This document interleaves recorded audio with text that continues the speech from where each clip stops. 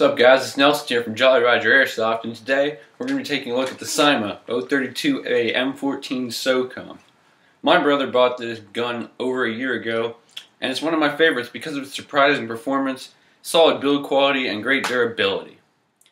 The M14 is a 7.62 NATO caliber rifle that was developed to replace the M1 Garand as the standard combat rifle of the U.S. Armed Forces. It was based heavily on the design of the Garand, but all added fully automatic fire and a 20-round box magazine to replace the Garand's 8-round clip. The M14 was adopted by the U.S. military after a competition with the FN-FAL in 1957. Long production times, however, limited its deployment to select units until 1962. The M14 served adequately in Vietnam, thanks mostly to its large 7.62 round, until it was mostly phased out in 1966-67 in favor of the M16. One of the major drawbacks of the M14 was the recoil of the 7.62 NATO round. On full auto, the rifle was nearly unaimable, so the rifle was often limited to semi-automatic fire. The M14 still sees service today, especially with snipers as the modified M21, but also standard M14s in Afghanistan. M14s can be found in reserve armories on naval ships, OPFOR training units, and several military honor guards. Let's start out by looking at the externals. This gun comes in 3 colors of bodies: OD green, fake wood, or black like I have here. The body is plastic, and while it's not phenomenally great plastic, it doesn't feel like a piece of crap. The upper assembly, iron sights, charging handle, outer barrel, flash hider, trigger guard, butt plate, and top rail are all metal. And it's pretty good metal, and it has a solid finish, and it hasn't scratched too much in the time I've used it. The charging handle makes a very cool and satisfying sound, but it will get stuck sometimes and you can't pull it back without giving it a good whack. There it goes. But this doesn't affect the performance of the gun. The orange tip on the flash hider is glued on, but after a while, glue will wear off and it can slide off. The selector switch is unique on the M14. There's a knob on the right side that you have to twist to choose between semi and full auto fire. The safety is a piece of metal that clicks into place in front of the trigger guard so that your finger can't pull the trigger. The selector switch doesn't control the safety, making this gun pretty unique in that area.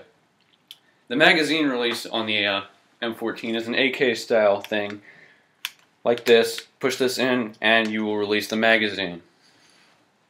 Other external features include metal top rail about halfway between the rifle's 2 sights here. This rail is a standard 4-inch long Weaver rail that you can fit most optics on that are designed for Weaver rails.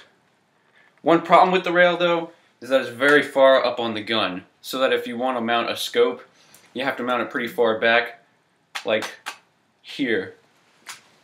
Here's my scope, and this is how I have it, and this is the only way it'll fit so that I can look down the sights. Right here. So yeah, that's one of the drawbacks of the rail, but most dot sights will work pretty well. I personally like the iron sights on this rifle, but that's just me. So that's about it for the externals of this gun. Now let's discuss the internals.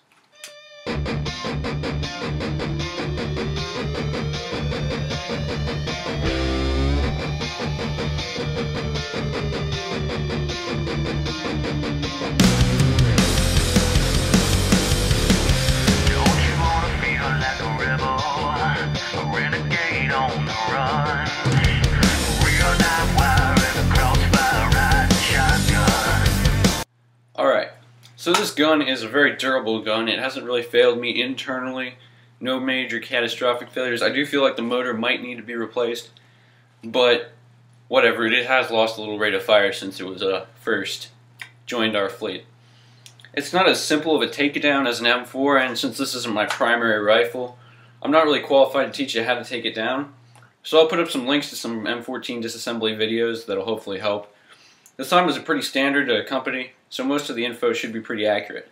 All I can say is that this has been one of our most reliable guns. Hands down. This is the gun that I take with me when everything else fails. My G4 fails, Joe's G36 fails. This is the gun we take, because it will always shoot. Always. I have not had any problems with this gun in that regard. So yeah, that means the internals are obviously not a piece of crap. I mean, they're probably not the best, but they get the job done and they have not catastrophically failed. So what more do you want in an airsoft gun? That's pretty good.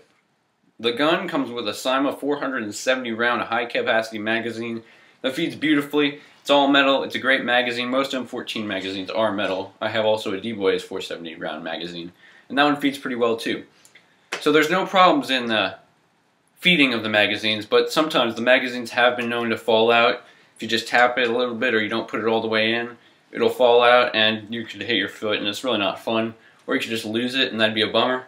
But yeah, M14 magazines aren't that bad, but you just have to make sure it's really securely in when you put it in. It's pretty loose in the mag well, which I know can annoy the crap out of a lot of people, but to me it just feels more authentic that way.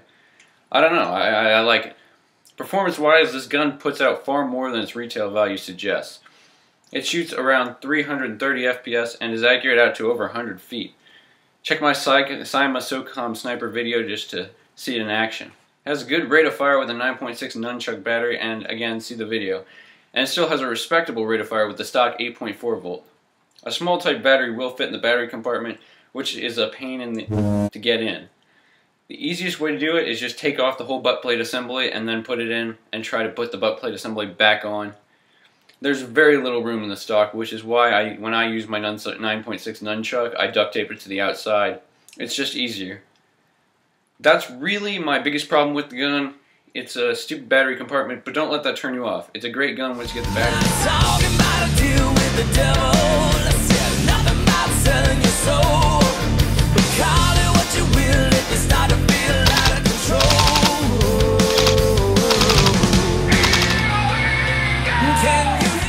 Alright, so that's about it for the CYMA CYMA 032A M14 Socom rifle. This gun is great and durable and unique, and a great bang for your buck. The gun sells on AirsoftGI.com for around $145, which is a steal for this quality of a gun. It comes with a 8.4 volt battery, 470 round high cap, a cleaning rod, and a great gun. That's about it for this. Thanks for watching Jolly Roger Airsoft. Peace out.